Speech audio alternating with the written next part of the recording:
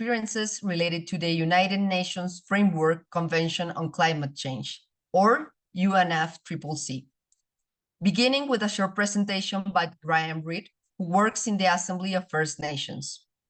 Right after that, we will travel to the Philippines, Peru, South Africa, and Argentina to hear from ILC's members and national land coalitions about their experiences and challenges. In this segment, we will hear from Esther Penunia from AFA, Asian Farmers Association for Sustainable Rural Development, Rocío Escudero from CONAP, Confederación de Nacionalidades Amazónicas, and Laura Loetel, wearing two hats, AFRA, Association for Rural Advancement, and NLC South Africa. And last but not least, Nicolás Avellaneda, facilitator of NLC Argentina. Based on these experiences, we will have a moment for wider questions and answers and discussion. Please, as I mentioned before, feel free to write your questions and comments in the chat throughout the webinar. Okay, so before beginning with the presentations and the dialogue itself, we would like to hear a bit more from all the people and organizations attending this webinar today. We basically want to know two things. The first one is, what type of organizations are you representing? Is it a constituency-based people's organization? Is it an ILC National Land Coalition, international NGO? Is it a national civil society organization, multilateral organization, donor, government, academia, or research organization, or other? And the second thing we want to know is, what level of engagement did your organization have with the national implementation of the UNFCCC?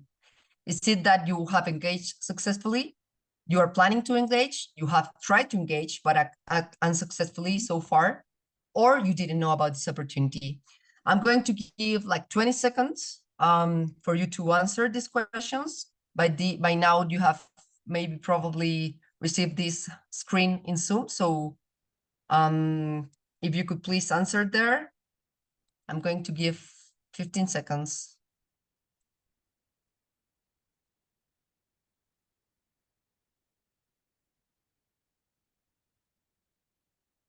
So, okay, if we can see the results of the Zoom poll, please.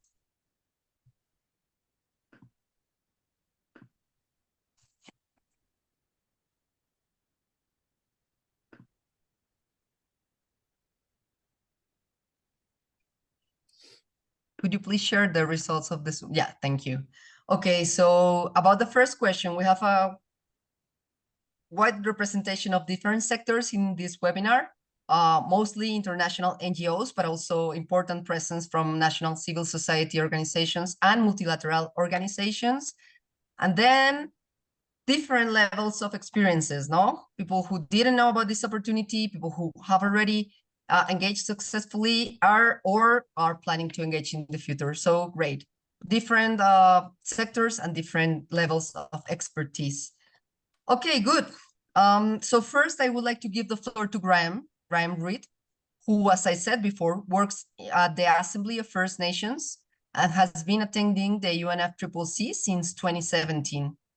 He was the former co-chair of the International Indigenous Peoples Forum on Climate Change. Graham, there has been increasing participation from Indigenous peoples in the nationally determined contributions, or NDCs. What has this process been like? Yeah, awesome, Miigwech, Maria, and good morning, good afternoon, good evening, everyone. Very honored to join you from Algonquin Anishinaabe Aki, what's currently known as Vancouver, or currently known as Ottawa. I actually lived the last 3-4 years in Vancouver, the western side. And to Maria's point, like I wanted to share just the outcomes of some work that a wide number of us, including on the call currently, I think I see Rosario, have done around tracking the inclusion of Indigenous peoples within nationally determined contributions in the first and second iteration of that. This is important also because we're now approaching the next year the next round of NDCs, which will begin in 2025. And so we'll have an opportunity to see over time how the inclusion of Indigenous peoples, their rights, their knowledge systems, their connection to land, water, and territories are represented in what are effectively state-led documents. I don't know if it makes sense, but I did just put like a few kind of slides together for everybody. Hopefully you can see that. And yeah, okay, wicked. And so wanted and I saw David on the chat as well from IFGIA. And so essentially we communicated this, and if you're interested in more detail in these two reports, the first was the policy paper produced by IFGIA. The second was like a peer-reviewed article that was led by Rosa and submitted in a journal called Ambio. And really the intention, and hopefully this is a little bit hard to see, but you can probably see that within the document itself, is just tracking the engagement of references to Indigenous peoples within these two specific documents. The first NDC, which was the NDC that was submitted after the ratification of the Paris Agreement, and the second, which is often submitted in early 2021, late 2022. And so on the screen, essentially, those countries in green, and in India as an example of those, is one that referenced Indigenous peoples in the first submission. Those countries in yellow are those that reference Indigenous peoples in their second submission. And the blue countries are those that referenced Indigenous peoples in both their first and second iterations and submissions. And then ultimately gray, which you see as the majority, are those that don't reference Indigenous peoples. You know, the stats are that there are Indigenous peoples in around 90 countries across the world, plus or minus a couple. And so, you know, there is an underrepresentation of the presence, knowledge systems, and experiences of Indigenous peoples within, you know, country level climate policy. And so as you look through the document, and this is a little bit, maybe that's better, you begin to see, you know, how those references have changed over time. And so essentially the approach that we took was we looked at 5 things. So Indigenous knowledge, and we had subcategories in that: Indigenous jurisdiction, the full and effective participation of Indigenous peoples, effectively the inclusion of Indigenous peoples, the references to Indigenous peoples as rights holders. And Maria, I think, shared, you know, why a rights-based approach is so important within these spaces. And then ultimately, you know, those references to colonialism and the way in which states have violently or removed Indigenous peoples and their jurisdiction from lands and territories. And the high level messages that you see here is that, you know, over all the submissions that were considered, references have been increasing. And so we can consider, you know, the way in which Indigenous peoples are leveraging rights-based protections within the Paris Agreement. You know, there's language in the preamble of the Paris Agreement that essentially requires states to consider their obligations on human rights and the rights of Indigenous peoples. And we see how that translates over time, and potentially how that increases over time. The question mark really is, like, substantively, how are these engagement process happening at as Maria shared, at a national level? Which, you know, is difficult when you're doing this kind of international review of the references. It's largely content based, and so there are, you know, examples of each of these that we can look at in more detail. But effectively, the question remains: how are Indigenous peoples substantially engaging within the process of NDCs? And so here you just see some of the countries that are like represented in referencing those different considerations, you know, varying from different continents, different regions. Really the kind of one country that continuously references Indigenous peoples is Canada, and that's largely because in Canada's updated NDC, the 3 what they call national Indigenous organizations. So I work for one, which is the Assembly of First Nations. There are 634 First Nation communities across the country, just under 1 million First Nations. There's also an organization that considers Inuit, which are the Indigenous peoples within the Arctic of Canada, and Métis folks, which are essentially an Indigenous group that came out of European contact. So it's a combination of European and First Nations. And there are constitutional recognition of those three groups, and that inclusion has been brought into the climate space.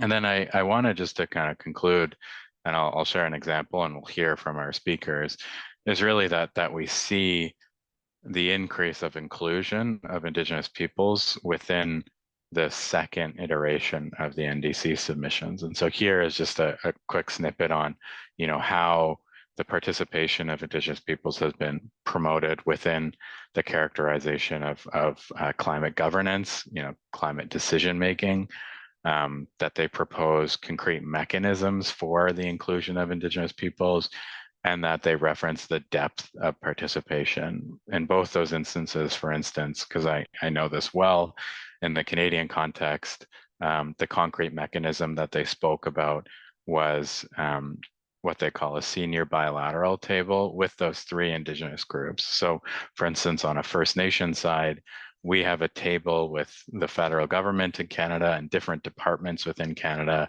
We meet 3 times a year and we talk about climate policy implementation. And the result of that is in the NDC, they reference meaningful engagement, the actual scope of engagement. And so we share this, with all of you, just as that kind of broad overview of the inclusion of Indigenous peoples, the consideration of their perspectives within the preparation of NDCs.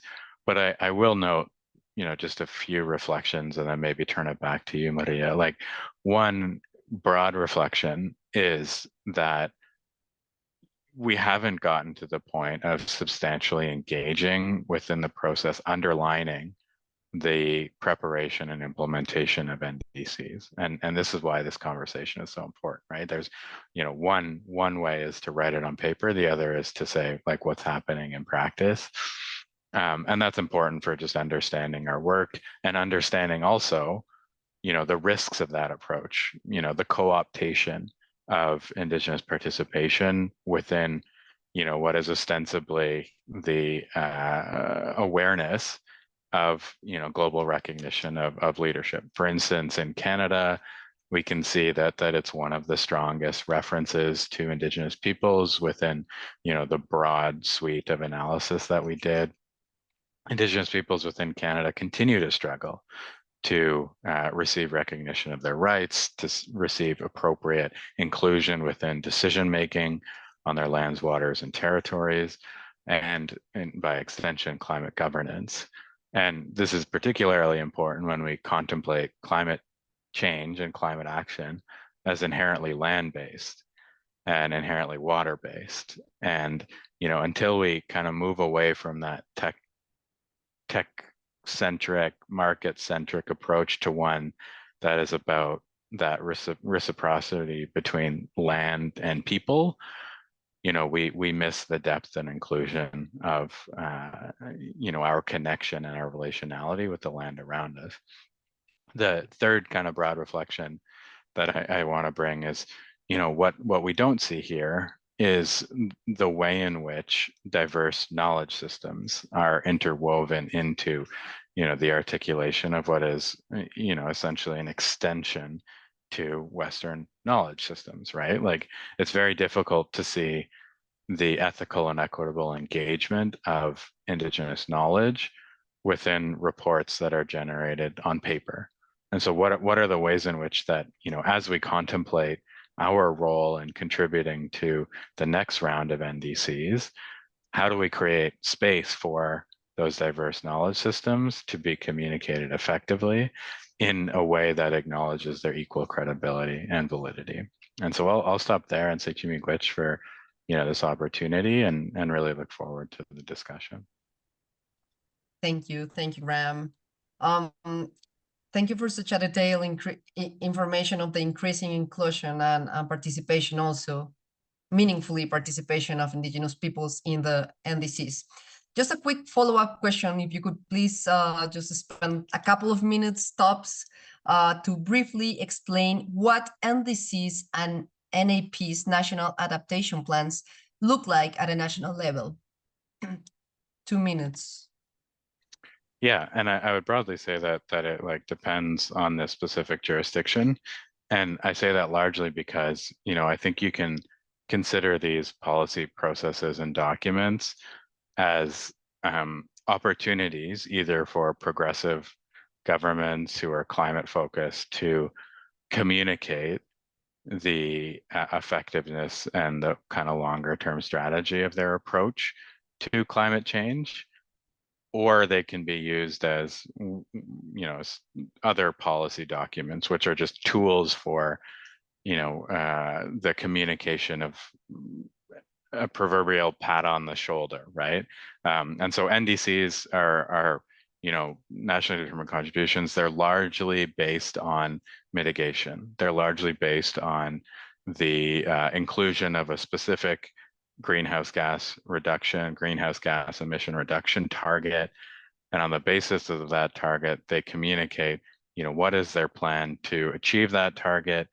And then, effectively, if we consider the, monitoring mechanisms within the Paris Agreement, you then take stock of the implementation of that. The global stock take was the process that just wrapped up last December. And, this was seen as the opportunity to assess progress on, parties' implementation of their greenhouse gases. That didn't happen, and we need more mechanisms. National adaptation plans are on the adaptation side of the spectrum and are ways in which countries are communicating their plans for adaptation. In both circumstances, these are reproductions of the approach that, Western scientists have taken to the mitigation adaptation dualism that is presented. Either you mitigate or you adapt. And so what are the ways in which that we can leverage these documents to essentially advance a land-based, a rights-based approach to climate action? Thank you. And that's, I think that we are going to hear from our members, but thank you, Graham, for the clarification. Now is the moment to hear the experiences of ILC members and national land coalitions. I can anticipate to you that the experiences from ILC's network would include other constituencies, such as farmers, but also general-wide civil society organization participation. We will start with Esther Penunia. Esther is General Secretary of the Asian Farmers Association for Sustainable Rural Development. Esther, AFA was part of a process of national consultations on climate action in 13 countries, and with the participation of almost 500 people. Could you please tell us more about this experience? What were the challenges that you faced? Yes, thank you, Maria, for the question and giving us the opportunity to share our experiences on conducting the national consultations on climate action for the Unfccc. And good evening to everyone. I am Esther from the Philippines. So in last year, from August to September, we conducted National Farmers Forum and Partners Consultation on Climate Action. And our target participants were FO representatives. These are composed of family farmers, women, men, and youth, as well as government representatives who are the national designated authorities for the UNCBD, the Unfccc, and UNDFF, or the Decade of Family Farming Processes, plus representatives from our partner civil society organizations. So most of these were held virtually, most of these were held either virtual or in-person meetings at the national capital. And the objectives of the consultations were, First, to provide a venue for the stakeholders to be updated of the latest action related to the UNFCCC and UNDFF processes and land rights programs. And second, to generate feedback and comments from the farmers' organizations on how to improve the implementation of the action plans related to the UNDFF and UNFCCC. The third is to identify key action points on how to synergize the various initiatives of governments relating to climate action. And the fourth is to identify key recommendations and action points on COP28. So we conducted this in 13 countries in East Asia, Central Asia, and Southeast Asia, involving 41 national farmers organizations with individual membership totaling 22 million. So what have we learned from these national consultations? First, we gained the following. We were able to engage initially with national government negotiators. So maybe unlike the Indigenous Peoples organizations that Gramin Reed has first explained, this was our first time that many of the family farmers organizations engaged the negotiators of UNFCCC on what they are bringing to the climate process in COP28. So we also saw that we also had this opportunity to facilitate the meeting of the government negotiators of different global policy processes, because in these national consultations, we brought the negotiator for the UNCBD, the UNFCCC, and the UNDFF. So most of the time, they were not talking to each other, they were not sharing information, and this was one time that they were able to sit together with farmers organizations and share what are their action plans. So another gain for this national consultation is that increased stakeholdership of the farmers organizations to engage in climate policy making and synergizing actions at the national and global levels. Our challenges were what we thought that the national consultations we had was rather late, because we held it August to September, but the positions of the government were being planned already as early as March, or April, or even June during the SBSTA meetings in Bonn. And then because of the limited time that we had, many of the farmers organizations at the national level had, there was a shallow scrutiny of the NBSOPs, the NDCs, and the NAPs that the government negotiators were bringing. And the third, what we really saw in most of the action plans, even in the UNFCCC, the NDCs of the government for the UNFCCC processes, is that agriculture and the farmers are very much left out in the national instruments.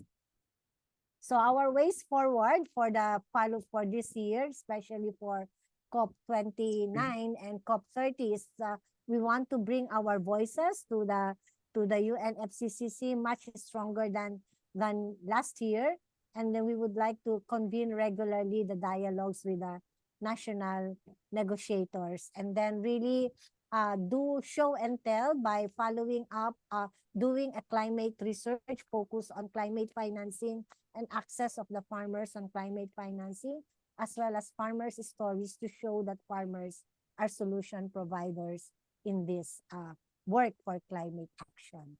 So that's all. Back to you, Marianne. Esther, thank you.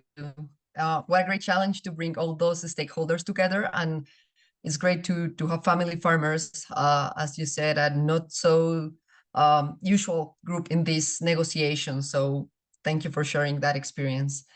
Now we go straight to Peru to give the floor to Rocio Escudero from CONAP. Rocio is a project manager in CONAP. And well, Rocio, could you please share with us your experience working on issues related to nationally determined contributions, and adaptation measures? What was the link of these processes with land tenure security?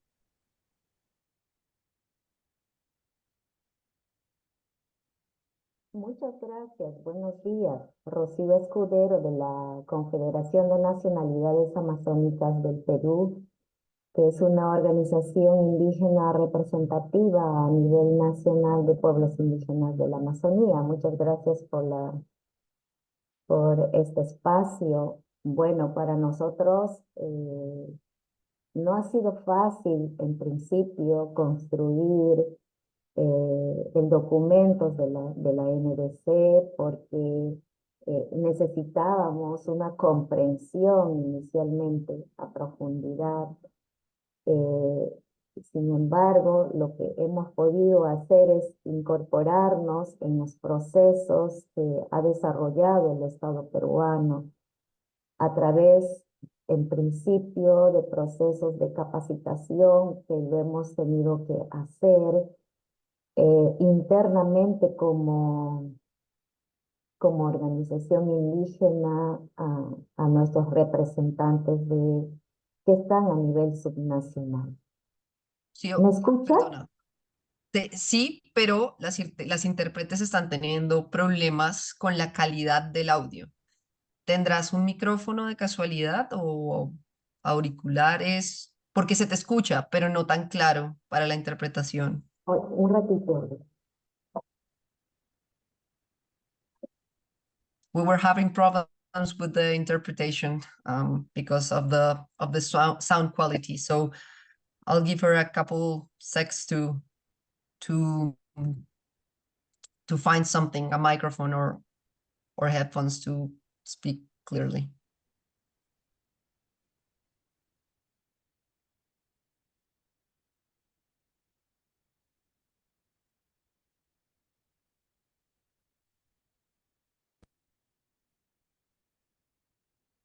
Hola, ¿ahí sí me escuchan bien?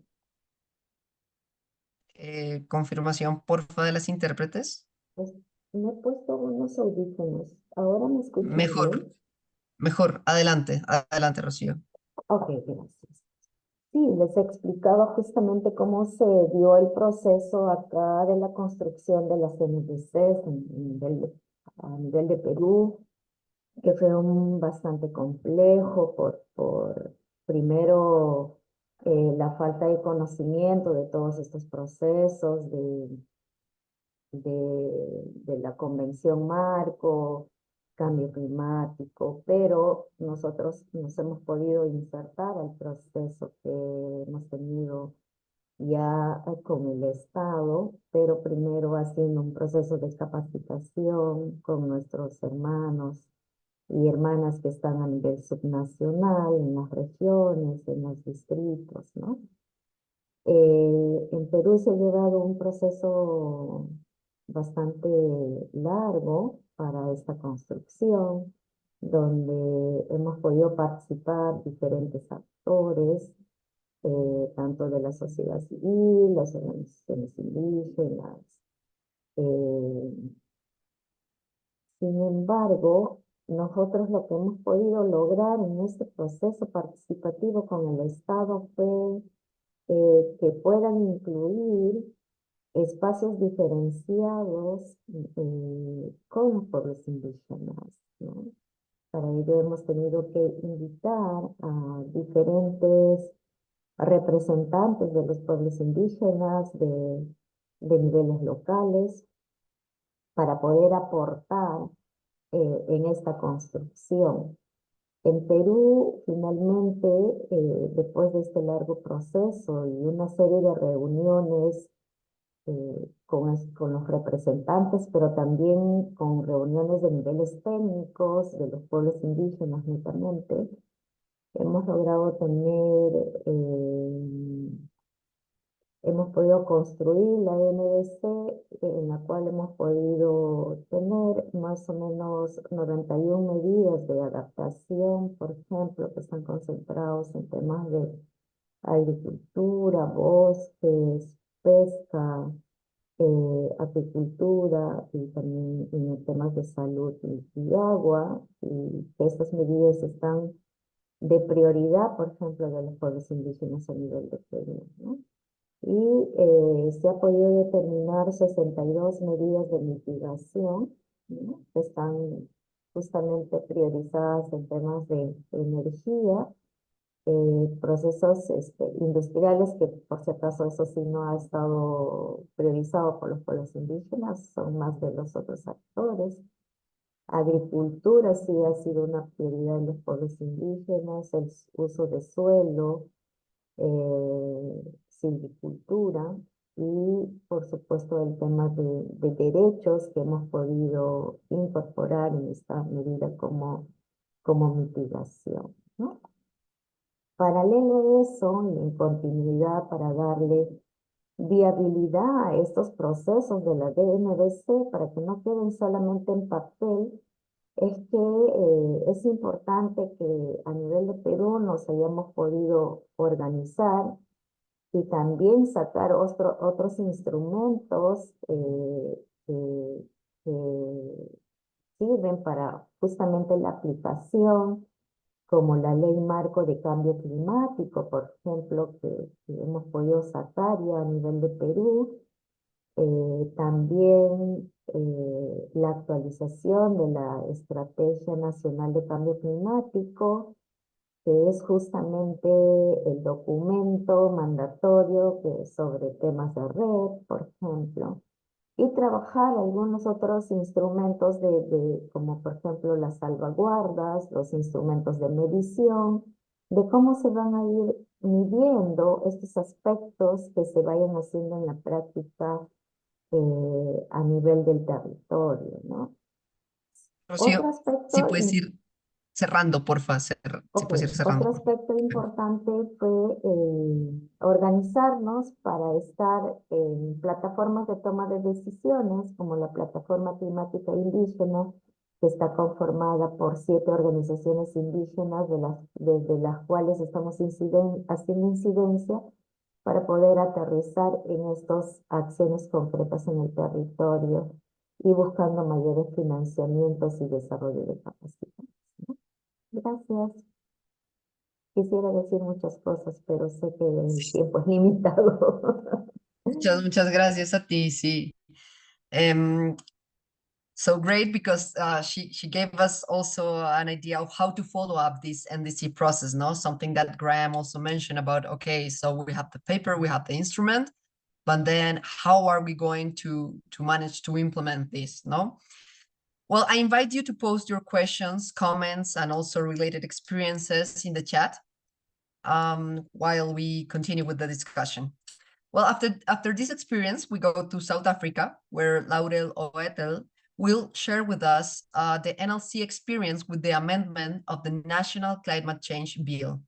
Laurel is Executive Director of the Association for Rural Advancement, AFRA, a land rights advocacy NGO working in South Africa to support marginalized Black rural people with a focus on small-scale farmers. Laurel, how was the process of making civil society organizations audible or visible in such a big, wide national process? What are the opportunities that arise with this amendment? Thank you so much, Maria, and good afternoon to you all, and good evening. So I echo what some of my fellow speakers have already shared in terms of some of the challenges. The first being this important need to figure out the relevant ways of doing capacity building in a way that can reach Indigenous people on the ground when a lot of our structures, particularly at a national level. So here we're looking at our NLC in South Africa, which is called LandNess, which is a national coalition of mainly NGOs, but also community-based organizations, networks of Indigenous people focused around land predominantly, but also agriculture, gender, small-scale farming systems. So the challenges when you bring in a new topic like climate change, it's so broad, and others have said, to build capacity right through from a grassroots level up is a huge task. But we did our best to approach it as pragmatically as possible in a resource-constrained environment. So I think what was important for us was firstly that our members themselves recognized the importance of bringing climate change knowledge, actions, and advocacy into the heart of their work. So trying to figure out how to do that took us a little bit of time, which is why these dialogues we're having now are so valuable, because we really need to grapple together and be inspired together as we move through these processes. So what we managed to do is, when an opportunity arose for financing in the country, specifically looking at civil society champions and climate change, we took that opportunity, which brought in some resources very specifically for capacity building, but also policy advocacy, and importantly for building wider networks, because we took the approach that we can never all be experts in everything. So it's critically important for us to broaden our networks and to be able to connect those with specific areas of expertise right through to our members who work with communities on the ground, so we can have a multi-directional processes of learning and be able to synthesize from that into specific actions. So the project that then emerged, which is co-funded by the European Union, is called the Climate Champions for Adaptation, which is a very broad project. But what I want to talk about today is very specifically an opportunity we identified through this work, which was, as you say, to influence a new climate change bill as a key legislative instrument in South Africa under the Unfccc. So how did we approach this? Firstly, we focused on that multi-stakeholder capacity building and really getting creative about new forms of collaboration. We had to think outside the box, and we had to focus on ongoing and iterative learning processes to find new ways to link on-the-ground realities and interventions with this national policy process, and to try and figure out, because we didn't have the answers, how we link land and climate change when it comes to these kinds of policy processes. We used participatory processes and dialogue to build consensus and to narrow our focus to a few key opportunities for influence. And this was really important because the climate change bill was selected because it's the overarching legislation that will require each national ministry and each local and provincial government structure to develop or revise their mitigation and adaptation plans, as well as their budgets and strategies. So we really need this bill as an accountability tool and as a further advocacy tool as we move forward, particularly in our case around our Department of Agriculture, Land Reform and Rural Development. So while this bill, once it becomes an act, will guide our NDCs going forward, we did also focus, for example, on agroecology as a priority for reducing emissions and using this to leverage access to land for smallholder farmers. Our primary focus has been specifically on the national and local adaptation plans and financing. So really looking at how we can use this as an opportunity to advocate for climate adaptive land tenure and land administration. The other thing we did is lent on expertise. So we really needed and successfully managed to reach out to organizations who have a much stronger focus on climate change and technical knowledge around the policies and the international processes. And also, sorry, if you could please wrap up in 1 minute. Thank you. Sorry. Sure. So importantly, in terms of advocacy, when the bill was not progressing, we worked together with our local communities to write a letter to the chairperson of the portfolio committee to get the process moving. Once public hearings then began, we resourced and supported the physical attendance of Indigenous peoples and community-based organizations and NGOs at the public hearings. And this was really important. We need people to be physically heard and seen at all levels, as well as doing written and individual joint submissions on the bill. So in conclusion, so on the 24th of October last year, 2023, after the public hearings and consideration of written inputs, our National Assembly voted to pass an amended climate change bill. And this will now go to the next stage for consideration. So it's not an act yet, but we've made significant steps. And this now will mean that we'll need to continue our advocacy, our analysis of what influence we had on the updated bill, and also to pick up our engagements at an African and international level around how we link these processes from the national level upwards. Thank you so much. Thank you, Laurel. I see the time running. So finally, Nicolás Avellaneda, Argentina's NLC facilitator. Nico, this network has developed different strategies to get involved in climate action and different scales, but always thinking on advocating at a national level. Could you please tell us more about those strategies and their articulation?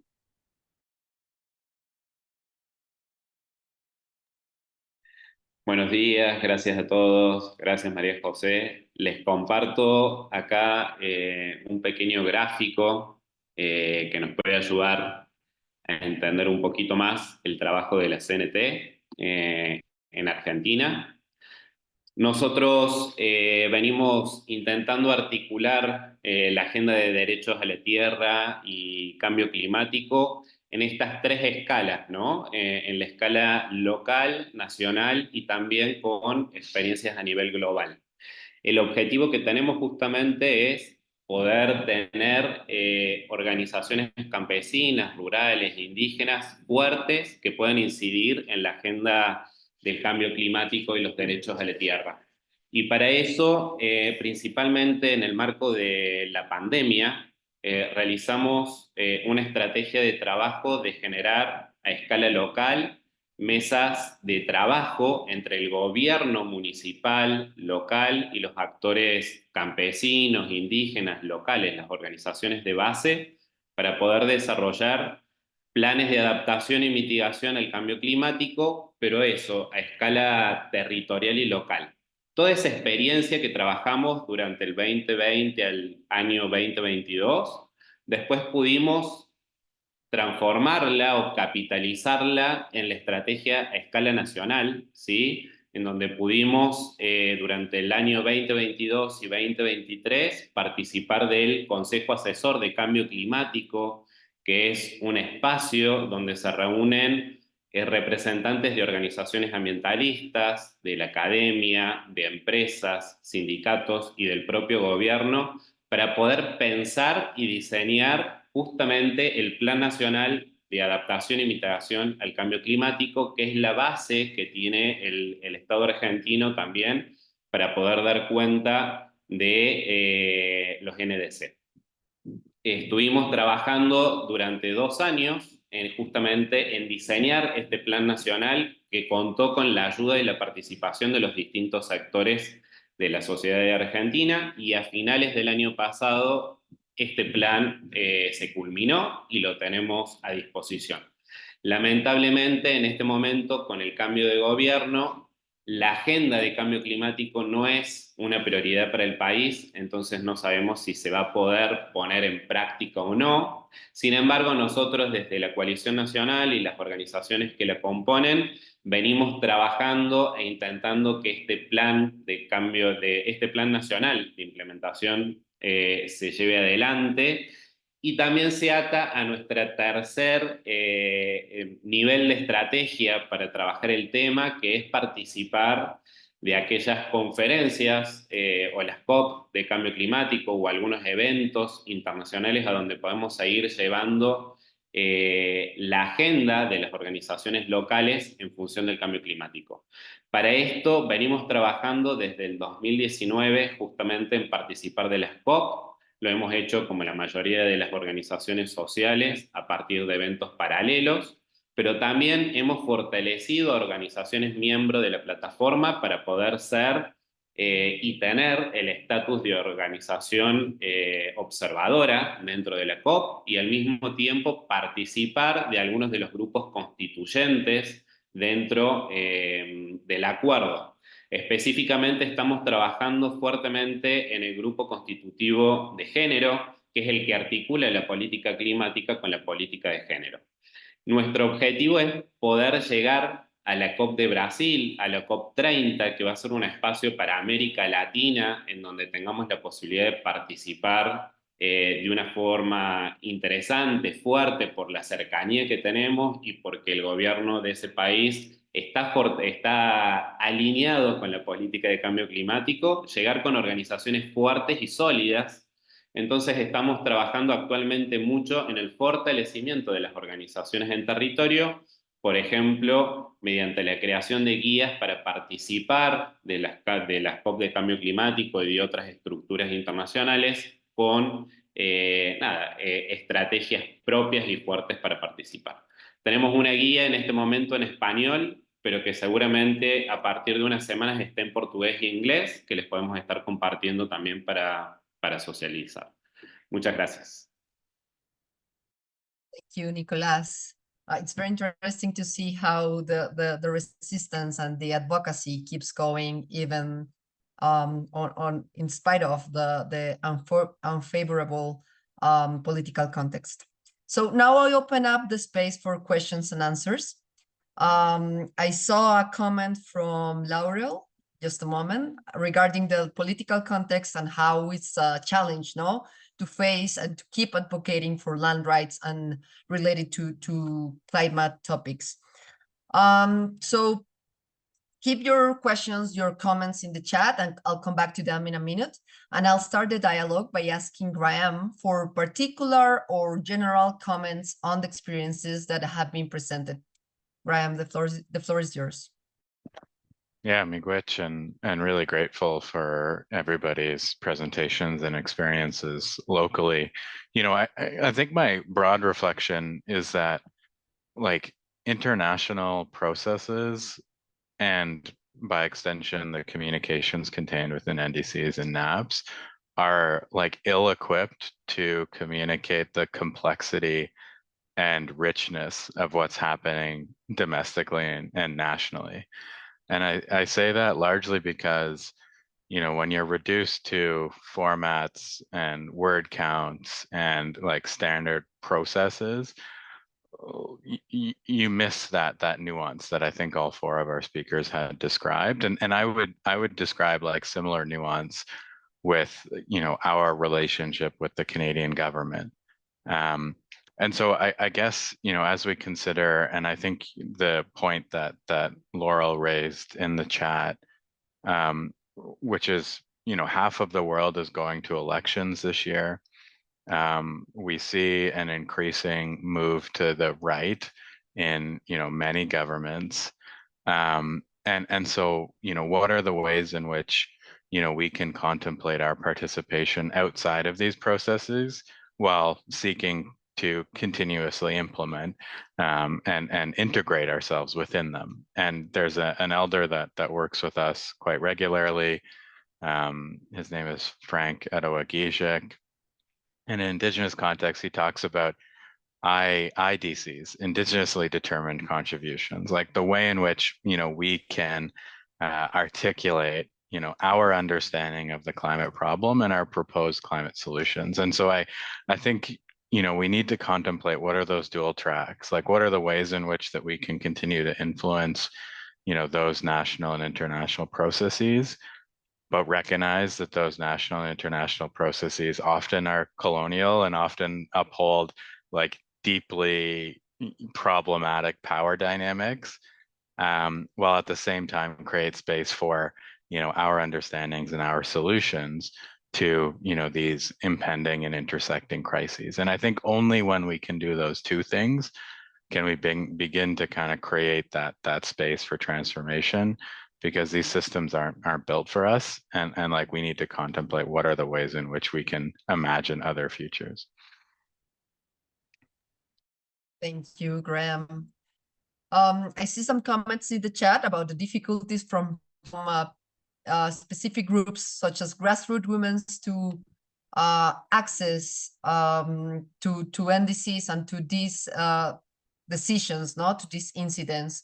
So yeah, and also how important and how controversial it is the land always, and how powerful groups always want the land in detriment of people, and not only of people, but in everybody's well-being, no, throughout the climate change.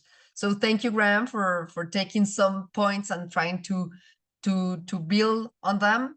And well, I'm going to ask a follow-up question, one question per panelist, and then I'm going to give you a couple of minutes to answer, and then we can wrap up. So the first question is for Graham, and to ask you, how can the research on the recognition of Indigenous peoples' role in NDCs help other groups of people, such as farmers, pastoralists, grassroots women, in their advocacy for recognition in NDCs? Graham, 2 minutes. Yeah, great. Yeah, I mean, I think research is power, right? And so I think, like, you know, these sorts of international processes feel overwhelming, and when we look at them internationally, we can begin just to like understand specifically, and then we can mobilize our networks to actually engage with that text. And so, you know, I guess like my broad message is like, I think there's a lot to learn with unpacking these documents and using that as the basis of advocacy.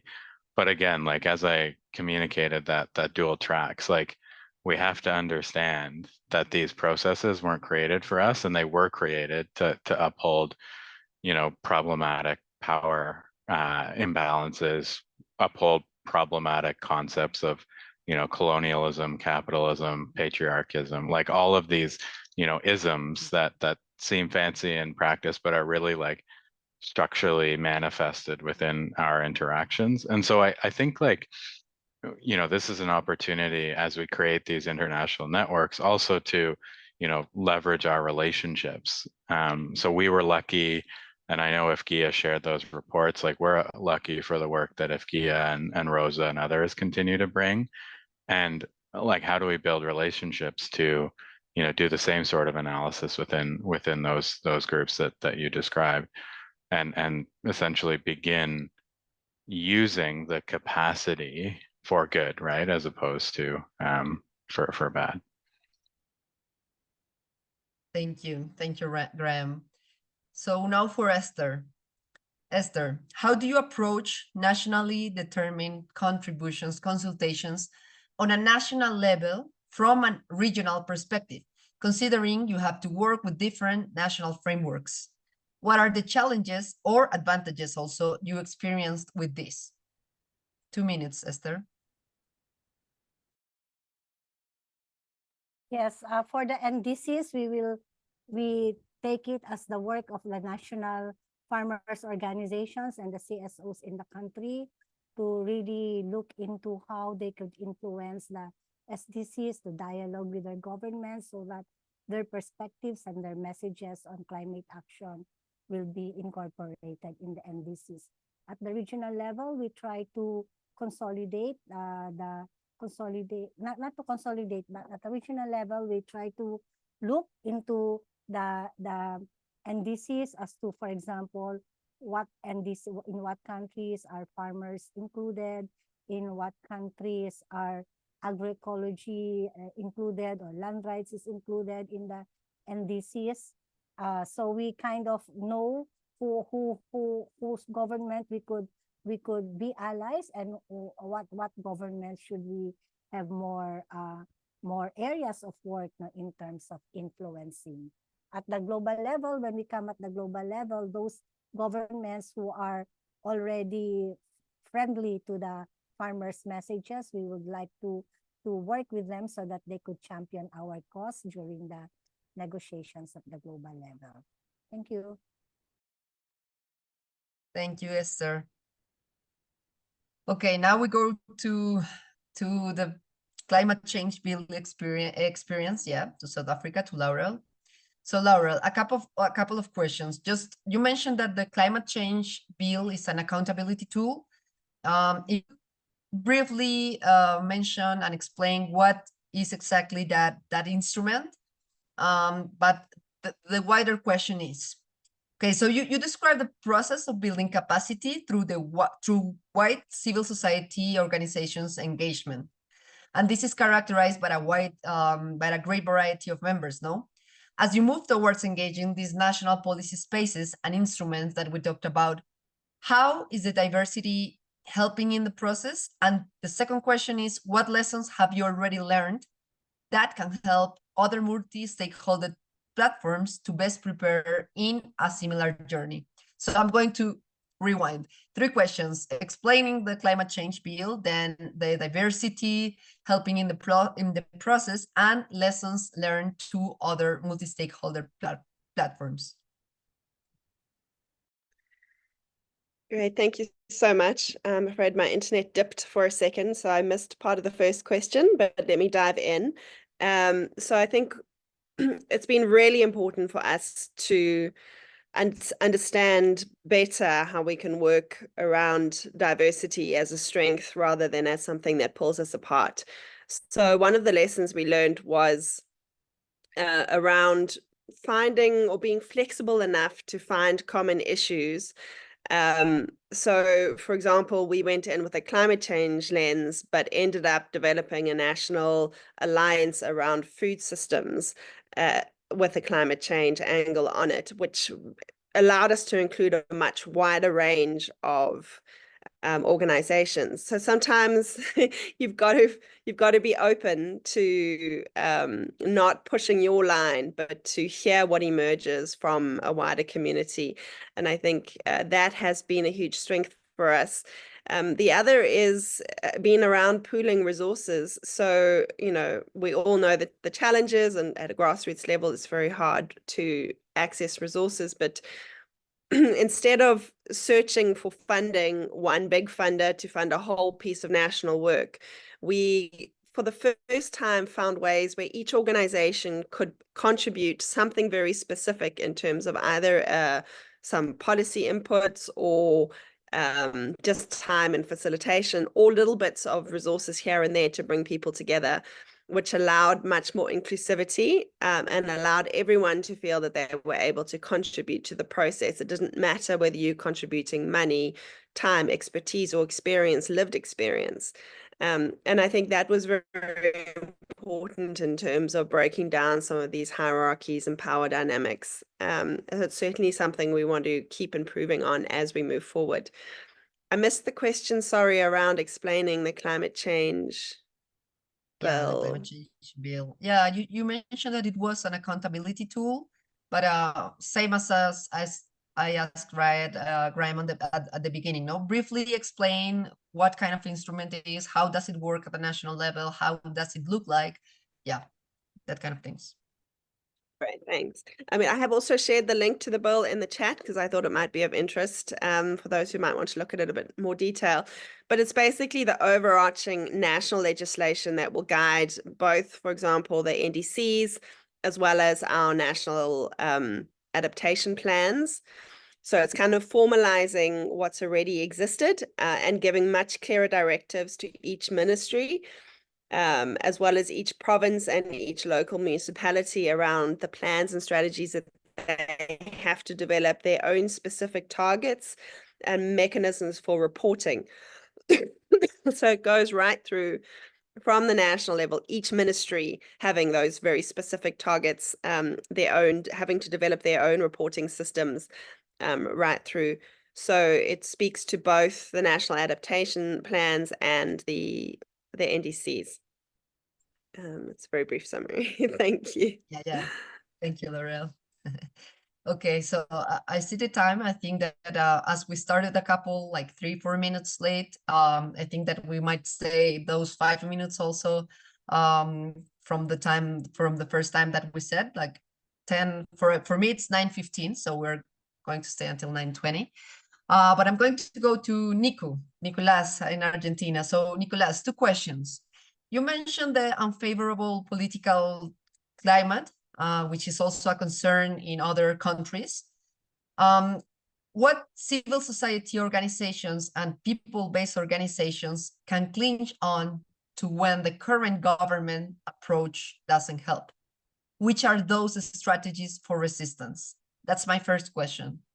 Then my second question is, in what ways could inclusive and effective nationally determined contributions support communities that are affected by human rights violations because of the mining of energy transition minerals, particularly in Argentina, no? In the case, for example, of Jujuy.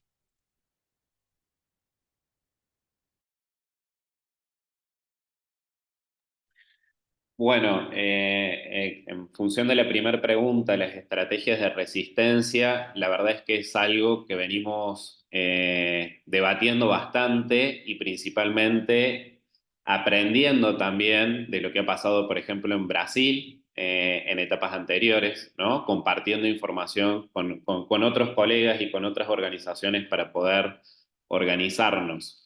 Actualmente la plataforma nacional se encuentra, por un lado, generando datos, información, justamente esto que decíamos, que decía Lawrence y que comentábamos, es importante el poder generar información y datos propios que den cuenta de lo que está sucediendo en el país, de cómo va afectando y cómo el no cumplir con con algunos pactos o con algunos acuerdos que ya tiene el país trae consecuencias específicas para las comunidades en el territorio. Estos datos que estamos generando también tienen una fuerte impronta de visibilidad afuera del país. Estamos buscando mucho el poder llegar, por eso decíamos que estos 3 niveles de trabajo, si bien en algún momento no los habíamos pensado de esta forma, realmente se concadenan, ¿no? El poder llegar a escala internacional o global, por ejemplo, en las COP de cambio climático, también en las COP del Acuerdo de Escazú, que es un espacio muy importante para la región de América Latina en función de lo que tiene que ver con defensores y defensoras de la tierra y el ámbito del clima y el medio ambiente. Para nosotros es fundamental porque es poner en agenda internacional lo que va pasando a nivel local.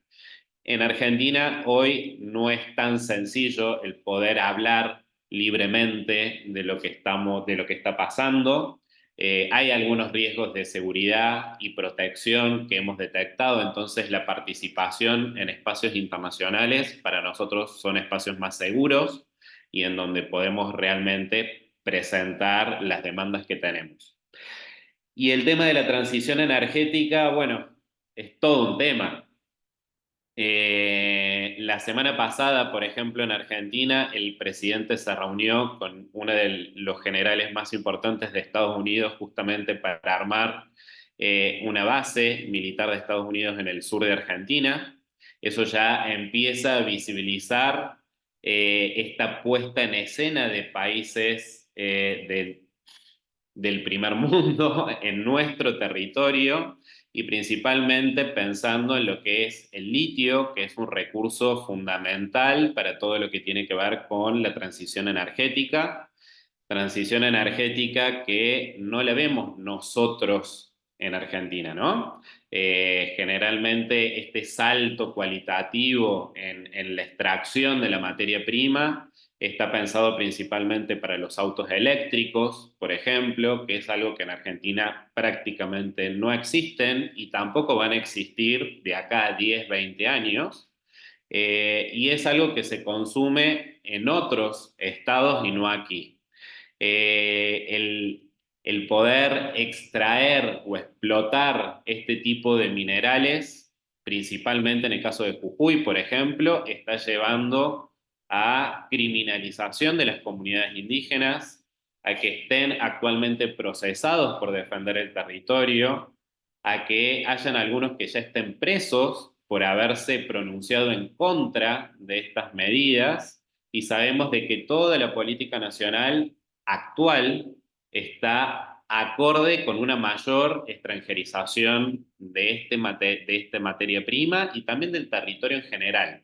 Parte de las políticas nacionales que hoy también están en juego tienen que ver con la extranjerización de la tierra, el poder flexibilizar la ley nacional que prohíbe esa extranjerización para poder fortalecer en la explotación de minerales como el litio y otros minerales raros. Así que bueno, es todo un debate más para seguir charlando. Gracias, Nico. And our solidarity from Colombia and also from the region, and I'm sure that from all the organizations that are present here. There's always a great creativity in getting together and thinking how to resist and how to develop strategies to face these kind of political changes. No. Now I go to Conab. Rocio, you said that you had a lot of things still to say, so this is an opportunity to mention them. But I know, and you mentioned also that you have been involved with not only national determined contributions, but with also other instruments of the Rio Conventions. And I want to ask a simple question, and it's, well, not so simple, but it's, how has been the process of integrating land rights into all the climate-related work?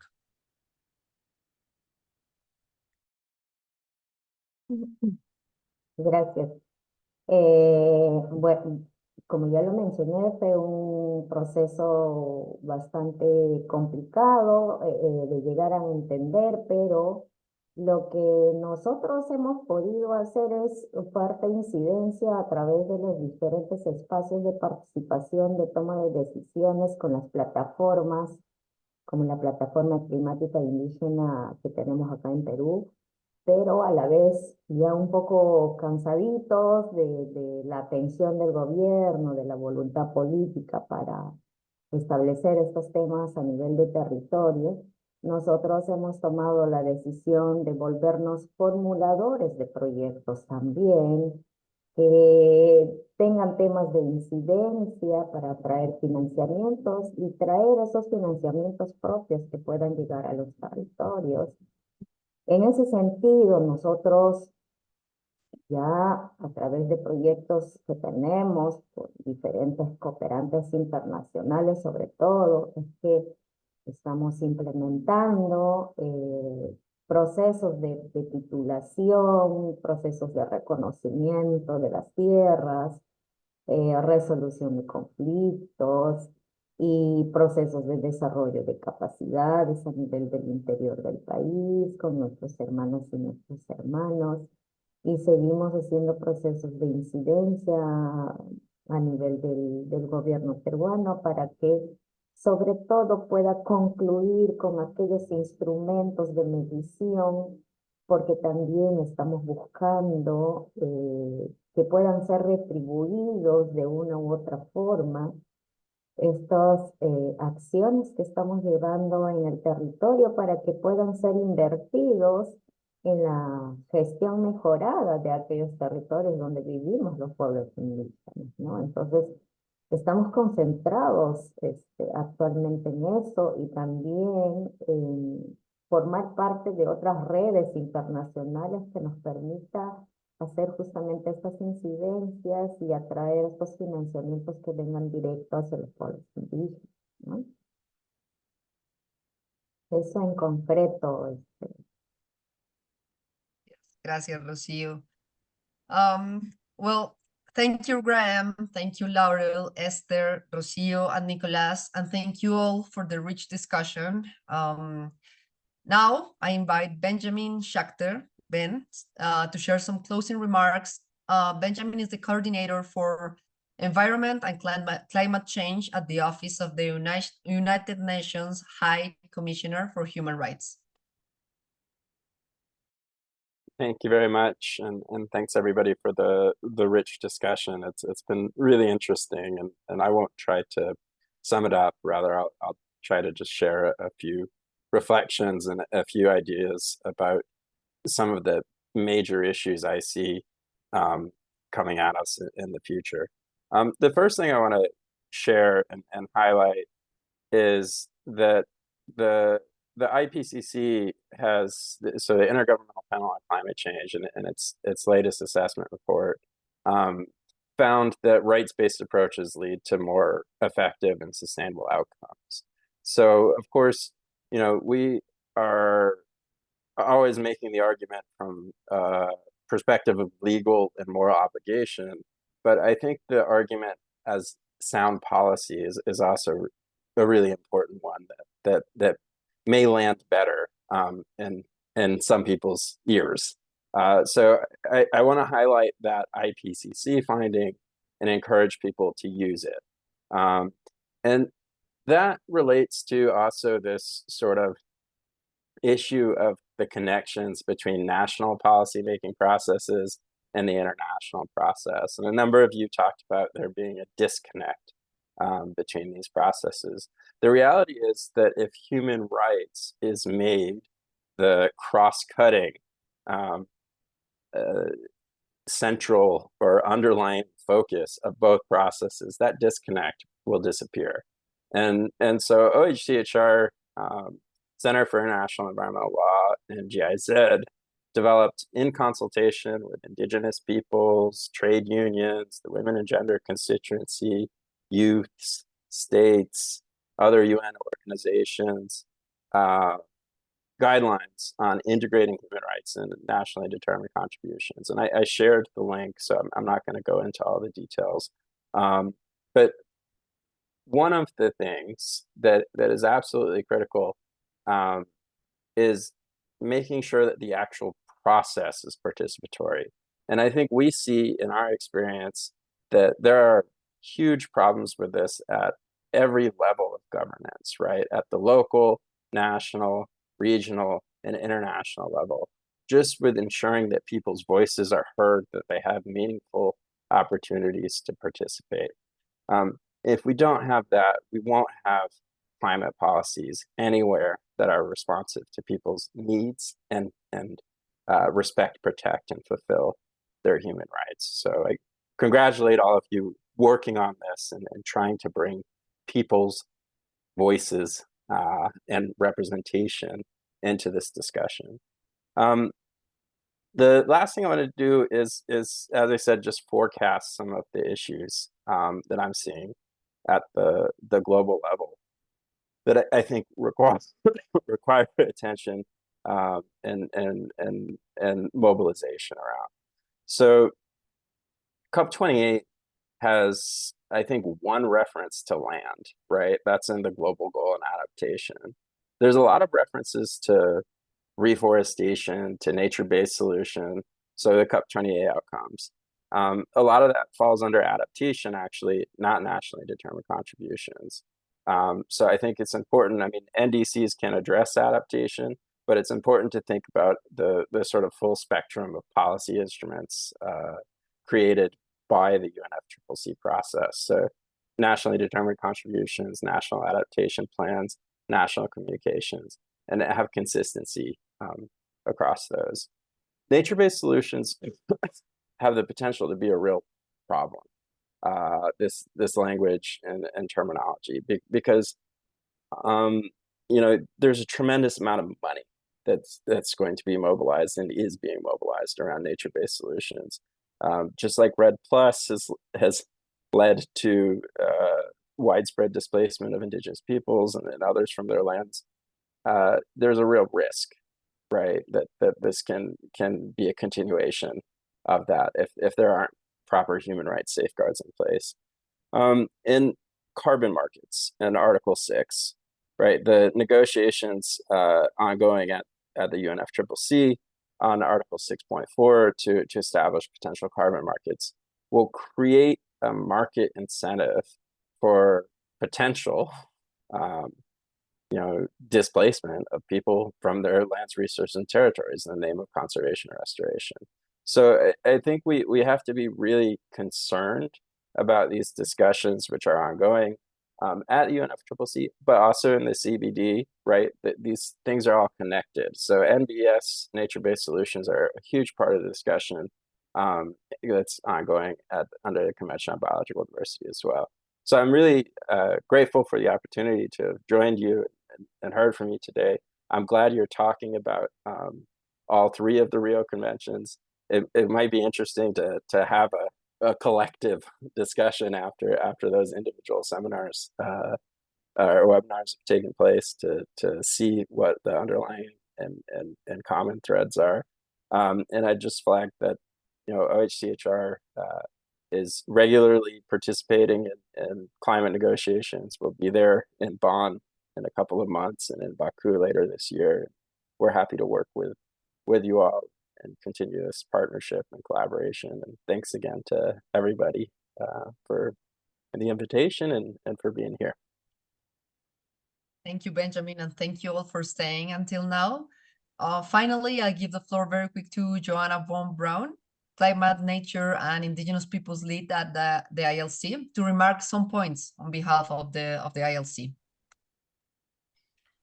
Thank you, Majo. I'm going to keep it very short because we're very late. Actually, this has been a great discussion, and we could speak a lot about how we're going to integrate this into our program, which is really about, you know, looking at the Rio conventions to promote land rights on the national level, and obviously also regionally, internationally, etc. But I want to mention two things. One is we'll be launching a global land catalyst fund that is really about supporting our national land coalitions to engage more into this space, both in terms of engaging on a national level processes, but also in some of the more specific advocacy initiatives or opportunities, whether it's responding to nature-based solutions or climate finance or lithium mining, or also aspirationally to support land rights in order to engage in promoting biodiversity, etc. So we are going to share the news on this shortly, and it's targeted towards the national land coalitions particularly. And then second, we will have another dialogue. This is the second in a series of 3 along of the Rio conventions, and our last dialogue will be taking place on the 30th of April, and it's going to be looking at the national biodiversity related processes, national strategies, and biodiversity action plans. And it would be great to have you all join. We're going to send another reminder of this to sign up around, and I think my colleagues just added this here as well. So thank you, everybody. Thank you, Graham, Esther, Rosillo, Laurel, Nicholas, for your contributions, Majo, sharing, Mateo and Danique for your support, for the translators, and we hope to see you on the 30th of April. Thank you. Bye. Thank you. Bye-bye.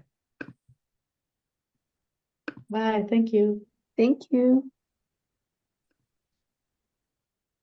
Au revoir. Bye-bye so from much. South Africa. Well. Hola. Bye-bye. Bye. Ciao. Bye. See you next.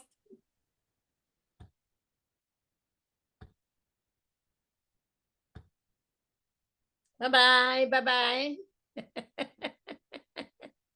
Bye. Good, good, good, good.